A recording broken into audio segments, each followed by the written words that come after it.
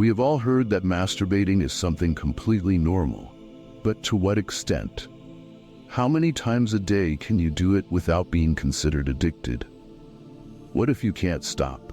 Let's answer these questions and discuss why you should consider stopping today, as this act, while seeming normal, hides a trap that can negatively impact your life. Before we begin, I'd like to apologize for the exaggerated cover, but I needed to draw your attention to this important 21st century issue that weakens and harms our young people and adults, leaving many without willpower. In this video, you'll understand what happens to our brain scientifically and philosophically. You'll also learn what Stoicism, an ancient philosophy, has to teach us about this behavior. Don't forget to subscribe to our channel and activate the bell icon so you don't miss anything. Let's start with the history of masturbation. Current medical consensus is quite clear that masturbation is completely normal, not only in humans but also in animals, such as dogs and other mammals. However, this view of normal masturbation was not always the case. In the past, masturbation was considered immoral, especially for men, because unproductive seed production prevented reproduction.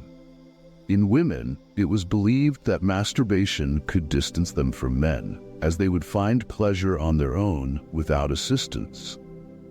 To this moral burden was added the physical burden. Masturbation was believed to cause diseases, making it inadvisable to practice at all. Fast forward to today, and we have learned much about masturbation and its effects.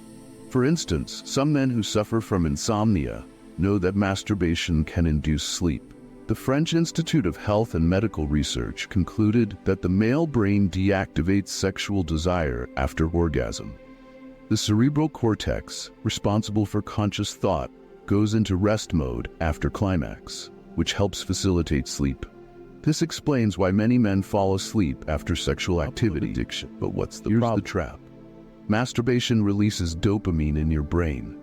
Dopamine is a hormone that makes us feel better, providing calm, relief from stress, and a sense of reward. This dopamine surge feels so pleasurable that some people become addicted. The Diagnostic and Statistical Manual of Mental Disorders even classifies hypersexuality disorder, including excessive masturbation, under obsessive-compulsive disorders. Addiction to masturbation can lead to mental, familial, and even social destruction. You might find yourself unable to control your urges, becoming a slave to your own desires, constantly seeking more. The dopamine cycle and its effects. Addiction stems from the chemicals released in the brain. As our brain adapts to repeated dopamine surges, it craves more and more to feel the same pleasure as the first time.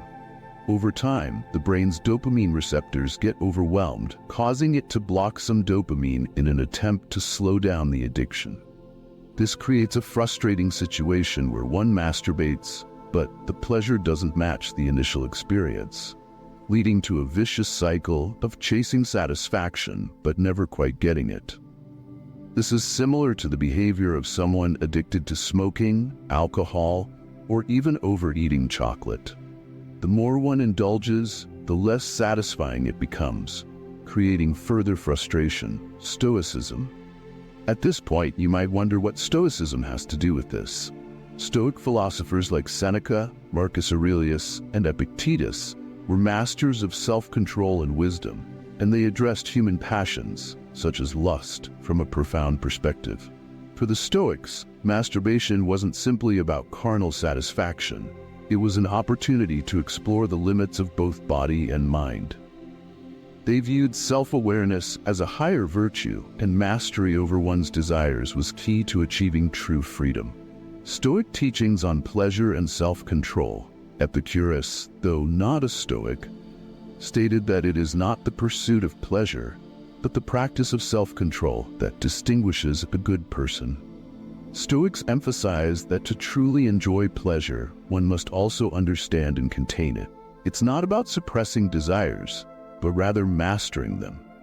Seneca reminded us that we must be the masters of our desires, not their slaves. Stoic reflection teaches that self-mastery is about deep understanding and channeling emotions toward personal growth and fulfillment. From the Stoic viewpoint, every action has consequences for both ourselves and the world around us. Uncontrolled indulgence, such as compulsive masturbation, disconnects us from nature and disrupts our inner serenity. This emotional imbalance can lead to feelings of guilt, shame, and dissatisfaction, creating an emotional storm within. Stoicism encourages introspection and self-regulation as tools for facing emotions in a healthy, constructive manner. When we indulge in excess, we distance ourselves from our higher purpose. Marcus Aurelius, the philosopher emperor, reminds us that you have power over your mind, not outside events. Realize this and you will find strength. What does this mean in the context of our current struggle?